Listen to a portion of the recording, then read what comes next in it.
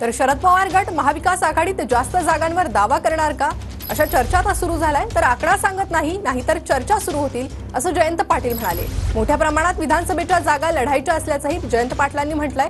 तर विधानसभेसाठी जयंत पाटलांनी रणशिंग फुंकलाय.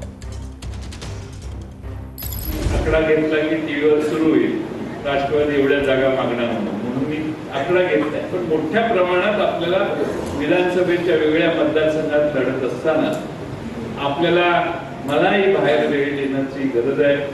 आणि म्हणून मतदान झाल्यानंतर पाटील साहेब निवडणुकीच्या निकालाच्या आधी 2 तारखेपर्यंत सगळी गावं करून घेतलेली, सगळ्यांचं दर्शन घेतलेलं आहे, सगळ्यांच्या पाया पडून झालेलं आहे. आणि सगळ्यांना मी त्याच वेळी सगळ्यांची परवानगी घेतली की आता जमलं वेळ मिळाला तर येईलच म्हणतात, पण कदाचित नाही आलं तर तुम्ही सांभाळायचं.